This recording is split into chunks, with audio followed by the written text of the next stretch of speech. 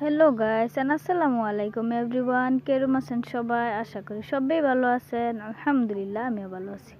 ভিডিওটা আমার মোবাইলে বহুত দিন ধরে আমি এডিট করার অভাবে আমি ছাড়তে পারি নাই। হ্যাঁ, আমি বানাইছিলাম মুরগির ঠ্যাং আর মাথা আর বাইগুন দিয়া। আমি এসব বস্তু খাই বিরাটই ভালো পাই। হ্যাঁ, আমি সব মশলা দিয়ে দিলাম, আদা রসুন পেস্ট আর চিকেন মশলা অ্যান্ড হলদির গুঁড়ি, মরিচের গুঁড়ি, জিরার গুঁড়ি, ধনিয়া, এরা ধনিয়ার গুঁড়ি আর জিরার গুঁড়িটা বাজাটা লাস্টে অ্যাড করিম আমি। হ্যাঁ, আমি কষাই লিছিলাম বস্তুটারে। কষানোর পরে হ্যাঁ আমি বাইগুনটা ঢেলে দিলাম, পরিমাণ মতন অল্প পানি দিলাম। পানি দেওয়ার পর অল্প লাড়াইতাছি। লাড়ানোর পরে একটু ডাইকা দিছিলাম সিদ্ধ হইতে লেগে, বস্তুটা শক্ত থাকে।